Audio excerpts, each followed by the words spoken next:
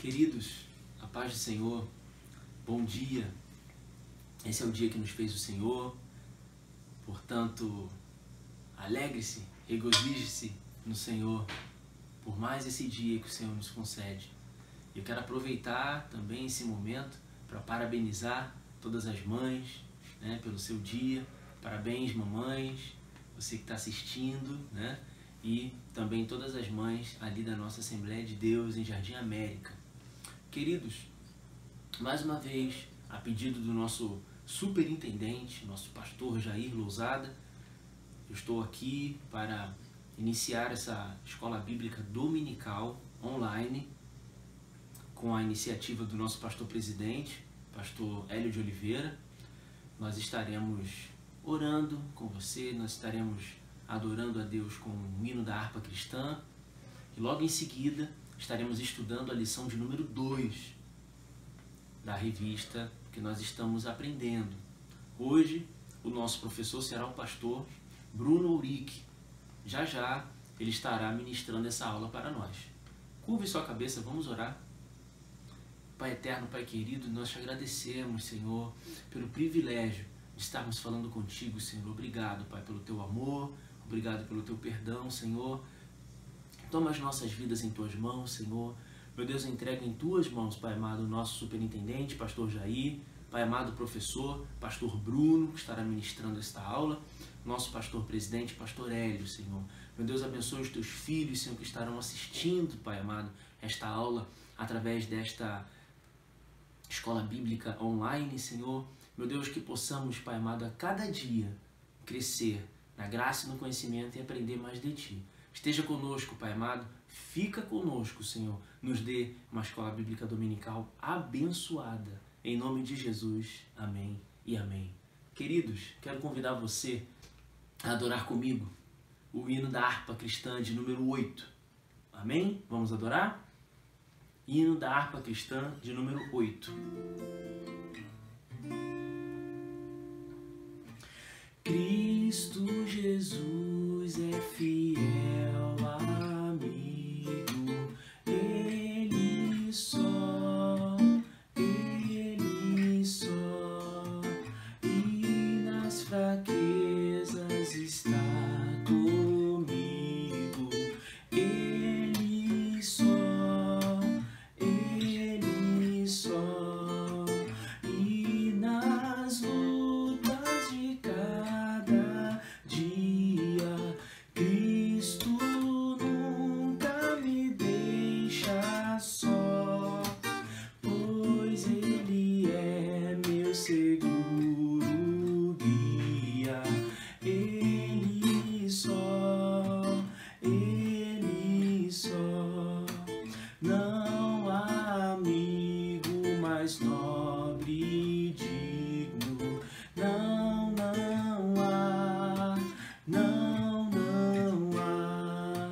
nem mais humilde e mais benigno, não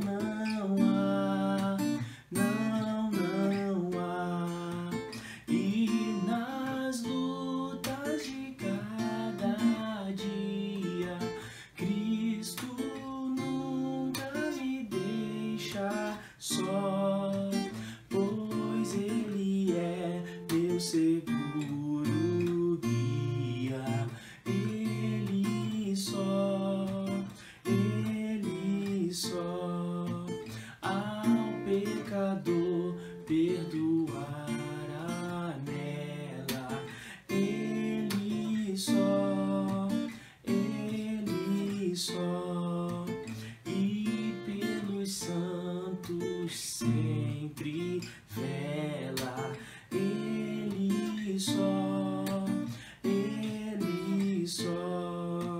e nas lutas de cada dia, Cristo nunca me deixa só, pois Ele é meu seguro guia, Ele só,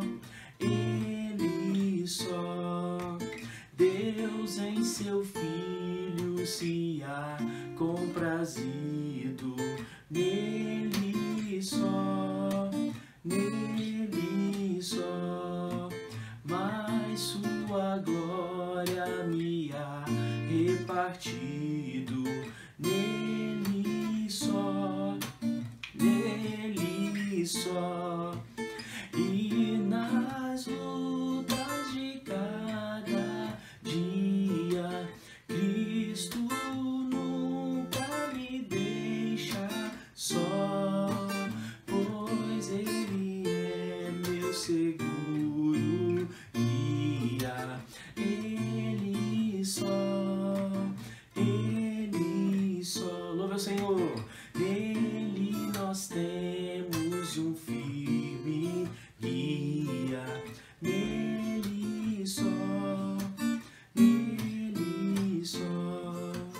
A noite enche de alegria. Nele só, nele só. Cante ao Senhor. E nas lutas, Cristo nunca me deixa só, pois Ele é meu seguro guia. Ele só, Ele só. Aleluia! Vamos agora ouvir a lição de número 2.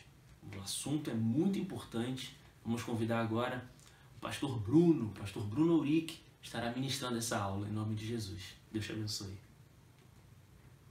Queridos, a paz do Senhor Jesus Cristo, bom dia. Estamos aqui na EBD Online para lecionarmos a lição de número 2. Mas antes de introduzirmos essa aula, queremos dirigir às mamães e parabenizá-las por esse dia. Deus abençoe a todas vocês, tá bom?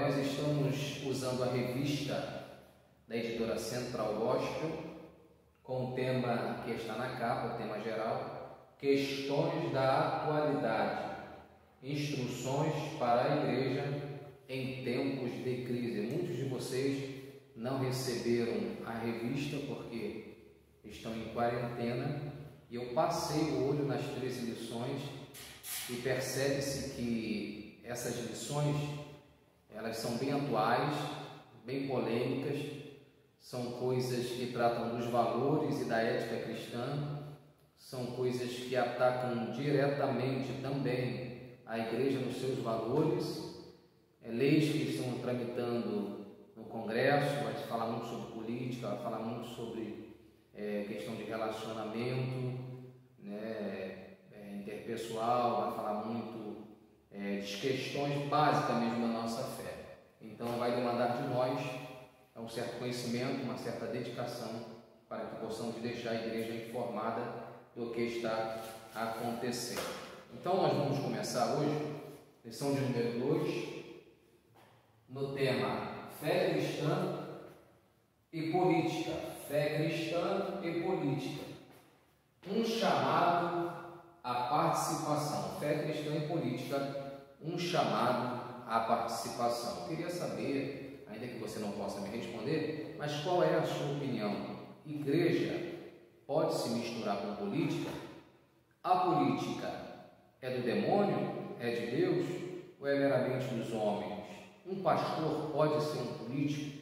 São questões que nós precisamos debater e, com a graça de Deus, nós vamos falar um pouco aqui. Então, eu pontuei aqui algumas coisas que eu achei importantes.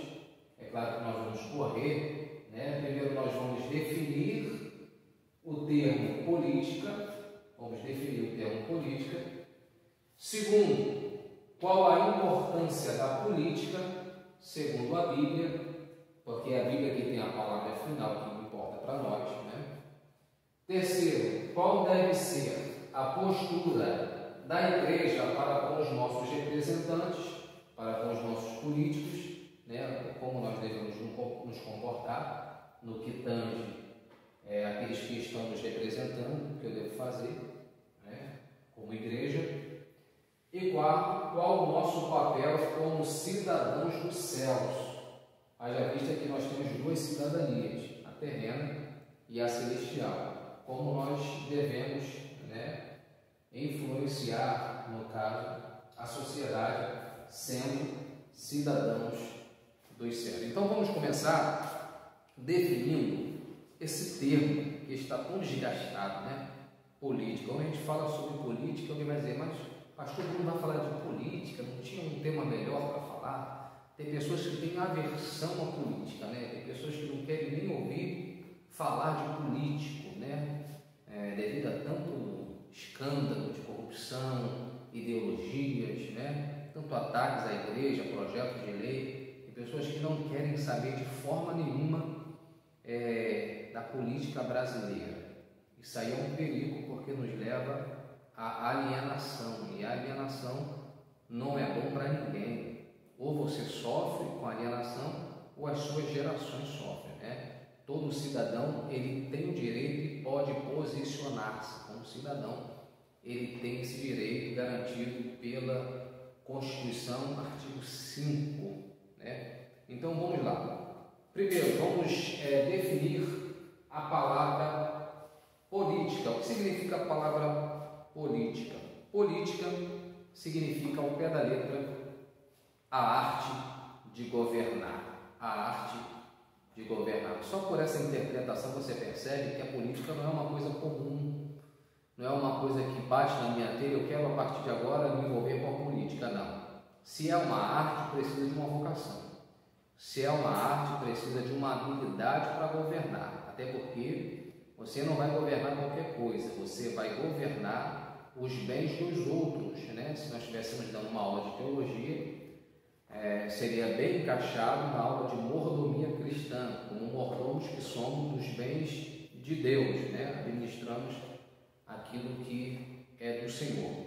Então, é mais ou menos assim, o político, ele foi chamado para administrar com maestria os bens da nação. Por isso é tão importante, é um tema que não pode ser negligenciado. Então, uma das definições é essa. Se nós voltarmos um pouco, a palavra política vem da palavra polis, que significa cidades. Na Grécia Antiga, os cidadãos se reuniam em suas cidades para debater as possíveis melhorias da comunidade. Então, fazer política está intrinsecamente fundamentado em dois pilares. Primeiro, a união dos seus cidadãos, e segundo, o debate. Não tem como fazer política se não houver unidade, e segundo, se não houver debate, Esses dois pilares, união e debate. Infelizmente, o nosso país ele é fragmentado por partidos. Há muitos partidos no Brasil. E Jesus ensinou um princípio que é interessante. Tudo está na Bíblia, gente. Tudo está na Bíblia. O segredo do sucesso ministerial, financeiro, pessoal, sentimental, todos eles estão na Bíblia. É só nós observarmos os princípios. O que Jesus ensinou na sua palavra é que uma casa dividida ela não subsistirá. Então, por que o Brasil ele não alavanca, Isso é a minha opinião como pastor à luz da Bíblia, porque é muito fracionado, é muito fragmentado. Cada um tem uma visão, cada um tem um ponto de vista, cada um tem um partido, um puxa para cá, o outro puxa para lá. Então, na verdade, a política, antigamente na Grécia, na cultura helênica, era a união dos cidadãos para um bem comum. Então, eles debatiam e discutiam melhorias em prol da sua comunidade, e foi com esse tipo de política que eles helenizaram todo mundo conhecido da época. Eles ganharam o povo na espada, mas não simplesmente no poder bélico da espada. Eles implantavam também a sua cultura. Na verdade, o que dominava as nações que eles conquistavam era a cultura deles. Então, vamos lá. Eu queria aqui agora deixar uma definição de política da Igreja Católica. Da Igreja Católica é representada pelo Papa Francisco. O Papa Francisco ele foi perguntado pelos jovens sobre o que ele achava sobre a política. Olha qual foi a resposta do Papa Francisco. A política é uma das, não a mais, mas uma das formas mais altas da caridade. Por quê? Porque busca o bem comum. Então, uma pessoa que quer ingressar na vida pública, uma pessoa que quer ser um homem público, um homem da política, ele precisa entender que ele não vai ali para se completar, para ter uma utopia, né? Que ele não vai ali para enriquecer ilicitamente, ele vai ali para cuidar do bem maior, do bem comum das pessoas. Ele vai cuidar de pessoas, ele vai se gastar pelas pessoas, ele vai buscar algo maior, não para ele, mas para a nação. Então isso é política no pé da letra, tá? Então, esse é um exemplo. Agora deixa eu rapidinho falar um pouco sobre a desmistificação da pessoa do político, né? O político está muito desacreditado. Então, nas expressões que há no nosso cotidiano, as expressões corriqueiras que nós falamos, demonstra o quanto a sociedade brasileira não suporta a política. Vejamos aqui alguns exemplos. Por exemplo, a expressão quando uma pessoa é chamada de política, fulano de tal, ele é um político. Quando se fala que uma pessoa é política, é porque ela trata com todo mundo, com tudo que é tipo de pessoa, mas não revela o seu sentimento verdadeiro por dentro. Então nós chamamos aquela pessoa de política. Quer ver outra expressão também muito corriqueira entre nós? Quando nós temos uma atitude politicamente correta. Isso existe muito na sociedade, não tanto dentro da igreja, mas na sociedade. A pessoa é politicamente correta. Quando nós falamos isso, nós estamos dizendo que essa pessoa, ela não expressa a verdade que está dentro dela, mas que ela se molda ao que a maioria pensa. Então, ela é uma pessoa politicamente correta. Então, todas as expressões do nosso cotidiano depreciam a política, E muitos desses nos levam à alienação, Então, vamos lá. Vamos correr, que o tempo não espera. 2. Qual a importância da política segundo a Bíblia? O que nos importa? O que a Bíblia fala sobre a política? Aqui eu quero ler um versículo com você. Você está me acompanhando? Por gentileza, abra a sua Bíblia. Gênesis, capítulo de número 1, versículo de número 28. Perceba que Deus aqui legitima o governo humano. Ele legitima o governo humano. Ele criou a terra e colocou um gestor. Ele criou tudo e colocou um administrador. Ele deu esse governo para o homem, Gênesis 1, versículo 28. E Deus os abençoou, e Deus lhes disse: frutificai e multiplicai e enchei a terra. Agora, e sujeitai-a e dominai sobre os peixes do mar e sobre as aves do céu e sobre todo o animal que se move sobre a terra. Sujeitai-a, dominai-a. Deus criou tudo e colocou o homem como gestor. Deus não vai cuidar, Deus não vai descer do céu e vai cuidar das instituições, não vai cuidar da igreja, não vai cuidar diretamente, que eu digo, não vai cuidar das instituições, da escola, da saúde, da educação, não. Deus coloca gestores, Deus coloca homens para cuidar. Isso é princípio bíblico. Então Deus legitima o governo humano. Romanos capítulo 13, abra comigo a sua Bíblia. Muito conhecido esse versículo, eu estou correndo. Romanos capítulo 13. Romanos 13, versículo 1. Paulo diz que toda autoridade é proveniente de Deus, toda autoridade é proveniente de Deus, independente da pessoa que está no cargo. Toda alma esteja sujeita às autoridades superiores, porque não há autoridade que não venha de Deus, e as autoridades que há foram ordenadas por Deus. Então Paulo está dizendo que toda autoridade vem de Deus, independentemente da pessoa. Vou dar um exemplo bem claro disso. É quando Jesus está com Pilatos. E havia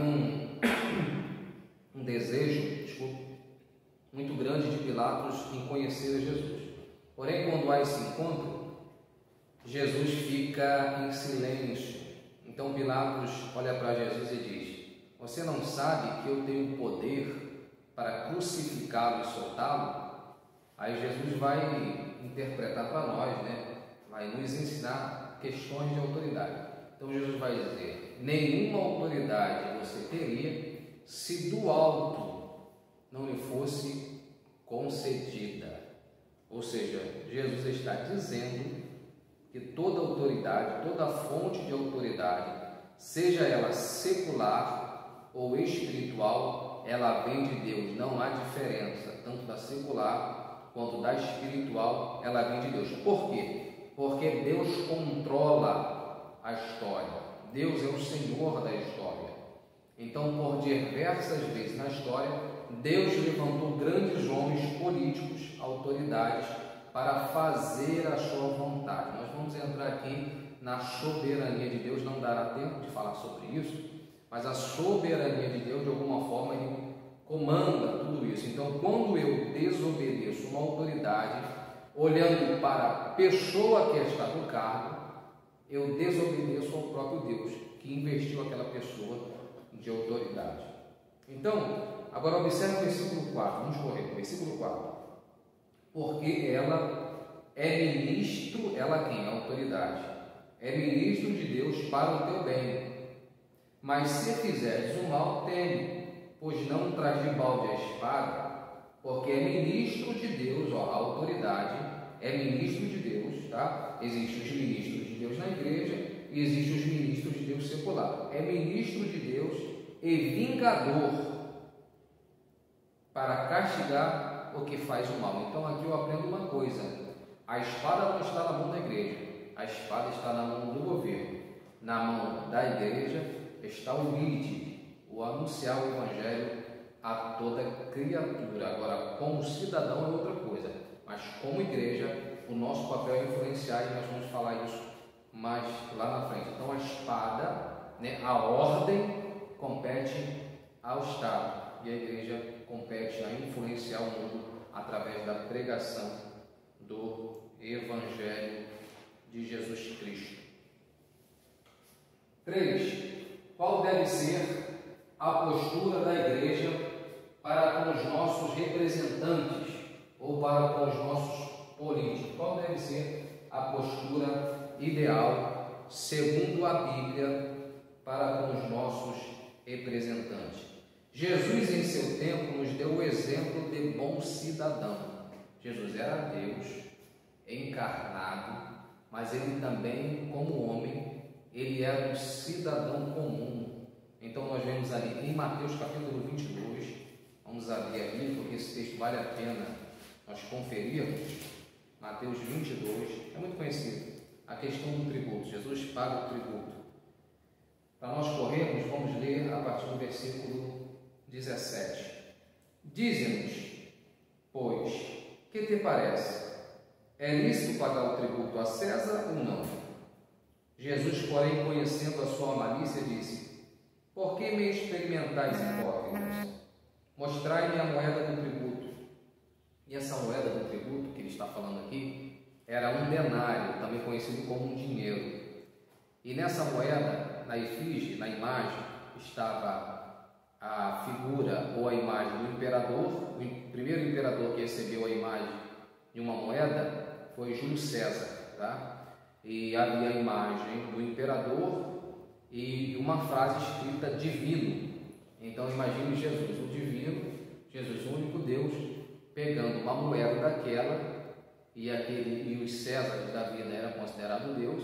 Mesmo assim ele pega aquilo, e vai fazer ali, vai dar uma lição. Ele sendo Deus, ele vai dar uma lição de cidadania, a todos aqueles ali que querem armar uma arapuca para Jesus. Então ele vai dizer: dize-nos, pois, que te parece? É lícito pagar tributo a César ou não? Versículo 18. Jesus, porém, conhecendo a malícia, disse: por que me experimentais, hipócritas? Mostrai-me a moeda do tributo. Aí mostraram a moeda. E ele lhe apresentaram um dinheiro, um denário. E ele disse-lhes: de quem é esta efígie e esta inscrição? Disseram-lhe eles: de César. Então ele lhes disse: dai, pois, a César o que é de César, e a Deus o que é de Deus. Dai a César o que é de César, e dai a Deus o que é de Deus. E diz a Bíblia no versículo 22 que eles, ouvindo isso, maravilharam-se e deixando-os se retiraram. Porque todo judeu, deixa eu explicar o contexto aqui, todo judeu naquela época, ele tinha aversão a imposto. Esse imposto era pago anualmente. E eles tinham aversão a qualquer tipo de imposto. Jesus, como um bom judeu, os fariseus pensavam que iam também comprometer ele, com um sentimento judaico. Ele não gostava de ser escravizado. Porém, ele, na sua época, nos dá um exemplo de cidadania. Ele não critica o governo romano por ser um governo cruel, um desumano. Ele não critica e ele não lança palavras depreciativas contra o governo. Por quê? Porque ele entende que o Senhor Deus, ele governa a história, e foi o próprio Deus que levantou o Império Romano, segundo o livro de Daniel. Então ele entende o mundo espiritual. Então ele dá a Deus o que é de Deus, o que era de Deus para Jesus, a missão do seu Pai. E ele dava a César o que era de César, que era um tributo como um bom cidadão. Então um bom crente, ele é um homem de Deus, ele cuida das coisas de Deus, mas ele também é um bom cidadão, ele é um bom contribuinte, ele paga suas dívidas, ele compra e paga, ele é uma bênção para a sociedade. Agora, qual é a outra postura que nós devemos ter com as nossas autoridades? Isso aqui é importante. Se você não faz, faça. É importantíssimo. Até porque a maioria deles não são cristãos, a maioria deles não tem a nossa fé, e nós temos por obrigação fazer isso por ele. 1 Timóteo capítulo 2, versículo 1 ao 4. Abra a Bíblia comigo. Nós estamos numa aula, então nós podemos abrir a Bíblia. 1 Timóteo, capítulo de número 2, versículo 1 ao 4. Vamos ler do 1 ao 4. Lê comigo. Admoesto-te, pois, antes de tudo, que se façam deprecações, orações, intercessões e ações de graça por todos os homens, tá? Todos os homens. Aí ele vai começar a nomear. Primeiro, pelos reis, no nosso caso, os presidentes, e por todos os que estão em eminência, para que tenhamos uma vida quieta e sossegada, em toda piedade e honestidade. Pelos reis e por todos os que estão em eminência. Como eu vou orar por todos que estão em eminência, se eu não conheço, ou se eu sou alienado na política? Eu não conheço quem é o ministro da saúde, eu não conheço quem é o ministro da defesa, eu não conheço nada. Então como é que eu vou orar por ele se eu não conheço? Então, principalmente pastores de hoje, para ser um pastor exige-se muito, não é a mesma coisa que ser um pastor há 50 anos atrás. O pastor hoje tem que estar antenado aos acontecimentos, principalmente da política. Então você deve orar. Se você não ora pelas autoridades constituídas do Brasil, você está incorrendo num erro bíblico. A Bíblia diz para você orar por todos, inclusive os nossos políticos, para que eles sejam cobertos pela nossa oração. E o maior beneficiado quando a igreja ora pelas nossas autoridades constituídas somos nós mesmos, porque quando a igreja ora, Deus age, Deus se move, aí leis não passam no Congresso, leis contra a igreja, contra a família, portas de emprego se abrem, multinacionais vêm para o nosso país, muitas coisas acontecem quando a igreja ora. Por quê? Porque a igreja é a única instituição que está ligada a Cristo. Cristo é o cabeça da igreja. Ainda que a igreja seja constituída de pessoas falhas, todos nós temos muitas falhas, muitos problemas no caráter, não no caráter, mas na personalidade, vícios, manias, personalidades diferentes, mas nós somos a única instituição que estamos coligados diretamente com a cabeça. E nós, como nação sacerdotal, temos o poder da oração. E quando a igreja ora unânime, coisas extraordinárias acontecem. 2 Crônicas 7,14. Deus está ensinando para Salomão o poder coletivo da oração para mudar o sistema todo da nação. É muito conhecido. Se o povo que se chama pelo meu nome se humilhar e orar e buscar minha face e se converter dos seus maus caminhos, então eu abrirei o céu, ouvirei o céu, perdoarei os seus pecados e sararei a sua terra. Ou seja, a oração coletiva pela nação, pelo nosso presidente, pelos nossos governadores, pelos nossos prefeitos. Para você, meu amigo, meu irmão, que é cristão, que é pastor, que é obreiro, a tua primeira posição não deve ser criticar o governo, ainda que ele tenha erros. A tua primeira posição deve ser interceder, orar pela tua nação, tá bom? Então vamos dar continuidade, porque a gente tem que correr, já temos 24 minutos. Qual o nosso, ponto 4, qual o nosso papel como cidadãos dos céus, Como cidadãos terrenos, somos normais, somos como outras pessoas, Precisamos cumprir os nossos compromissos com a sociedade, mas agora, como cidadãos dos céus, aí a coisa fica mais estreita para a gente, Nós temos vários textos para citar aqui, mas antes de citar os textos, eu quero te dizer uma coisa: Deus está muito mais preocupado com o nosso comportamento com o que fazemos ou falamos. Deus se preocupa mais com o nosso comportamento. Isso aqui é muito sério, Vou falar uma coisa aqui, talvez você não concorde comigo, talvez até te choque. Você que é pentecostal extremo, Você possa ficar até meio assim, será que o Bruno é pentecostal? Será que ele está falando a verdade? Deixa eu dizer uma coisa para você. Deus não está preocupado muito com os teus dons. Deus está mais preocupado com o seu comportamento. Você há de convir comigo que uma pessoa muito usada por Deus, a primeira coisa que ela desperta em nós é a admiração. Sim ou não? Uma pessoa cheia do Espírito Santo, cheia de dons espirituais, que ora e Deus cura, que ora e Deus liberta, que tem uma voz belíssima, que prega com sabedoria, com profundidade. O primeiro sentimento que surge no nosso coração é a admiração. Porém, se essa pessoa te decepcionar ou se você vê algum erro nela, após aquela admiração vem um sentimento maior ainda, que é o sentimento de decepção. Por quê? Porque o fruto fala mais alto que os dons. O dom segura uma pessoa, aliás, o dom salva as pessoas, o fruto segura as pessoas. Entendeu? Então o que acontece? O comportamento fala muito mais alto no coração do ímpio, no coração do não crente, do que os dons espirituais. E não é diferente. O nosso papel como cidadão dos céus, nós fomos chamados para influenciar a sociedade. Não adianta a gente criticar a política, a situação que o Brasil está, a violência, o caos, a corrupção, a moralidade, se nós mesmos não formos o exemplo para essa sociedade, tá certo? Então Jesus disse em Mateus capítulo 5, versículo 13 e 14, que nós deveríamos ser o sal da terra e a luz do mundo. Sal e luz, sal para temperar, luz para alumiar, mostrar o caminho. A Bíblia diz em Mateus capítulo 5, versículo 16, para que vejam as vossas boas obras e glorifiquem o vosso Pai que está no céu. Você e eu somos a Bíblia aberta que eles não lêem. Então as coisas que eles vão ver em nós vai mostrar para ele Deus.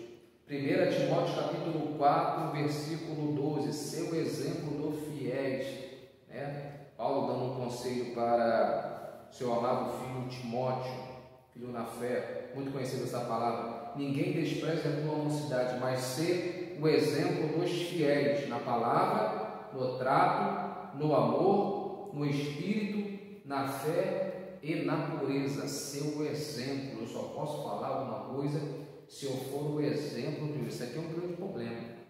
A maioria das pessoas que criticam quem está fazendo a obra ou quem está no congresso são pessoas que não fazem. Então eu aprendi desde cedo com os meus pastores, que eu tenho muito respeito até hoje, todos os pastores que eu passei, todas as igrejas que eu passei, tenho boa amizade com eles, porque saí na bênção, porque honrei, porque respeitei as autoridades. Até hoje eu tenho um bom relacionamento. eu sempre aprendi com ele que as pessoas que mais falam e mais criticam são as pessoas que menos fazem, tá? Então isso é uma verdade. Para eu falar alguma coisa, eu preciso ser o exemplo. Eu preciso fazer mais do que aquela pessoa faz. Então isso é fato, né? Outro versículo muito interessante, muito conhecido, e esse aqui expressa bem o que eu estou dizendo, 1 Coríntios capítulo 10, versículo 32. Eu gosto de criticar o governo, mas eu não faço a minha parte. O nome disso é hipocrisia. Vamos lá. Portai-vos de modo que não deis à igreja. Não está falando do governo, está falando da igreja. A prioridade é a igreja. Portai-vos de modo que não deis escândalo nem aos judeus, olha aí, nem aos gregos, que é os gentios, e nem à igreja de Deus. Então, está falando para nós, nós portarmos de tal modo que nós influenciaríamos todos os segmentos da sociedade. Agora eu quero me direcionar para os jovens da nossa igreja, para os adolescentes, né, que estão ingressando nas faculdades. Sabe que lá vai encarar uma realidade diferente, ateísta, mas eu quero dizer para você que você é um agente influenciador, você é uma pessoa inteligente, você é uma pessoa que tem a sua fé vívida no seu coração, que conhece os fundamentos da sua fé, e Deus vai te levar nas mais diversificadas situações e lugares para influenciar a partir daí essas pessoas. E quem sabe você não seja uma pessoa influente na nossa política. Eu oro e torço para que Deus continue levantando homens bem intencionados, mulheres bem intencionadas na política para pelejar, essa é a palavra que eu quero usar, para lutar pelos valores morais, éticos da igreja e da sociedade como um todo, né? Porque Deus, quando levanta uma pessoa, Ele levanta para toda a nação, não para uma classe de pessoa. Não que necessariamente o presidente precise ser evangélico, eu acho que seria até pior, seria uma cobrança maior para a igreja, mas que seja um homem de princípio, um homem justo, um homem que tenha no seu coração o bem e fazer o melhor para a sociedade. Deus abençoe, essa é a palavra que eu tenho, acabou o nosso tempo, Deus abençoe a sua vida, que Deus possa te dar um domingo abençoado e que você tenha essa postura a partir de hoje, não apenas criticar o governo, mas também aprender a orar por eles. Eu queria fazer uma oração, como de costume, pela nossa nação, pelas nossas autoridades.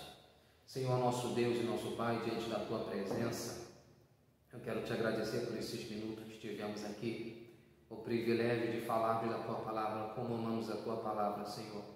A Tua palavra que nos guia, a Tua palavra que nos molda, a Tua palavra é a nossa bússola, Senhor. Por isso nós te pedimos agora, Senhor, como diz a Tua palavra, nós te pedimos pelo nosso presidente, pelos nossos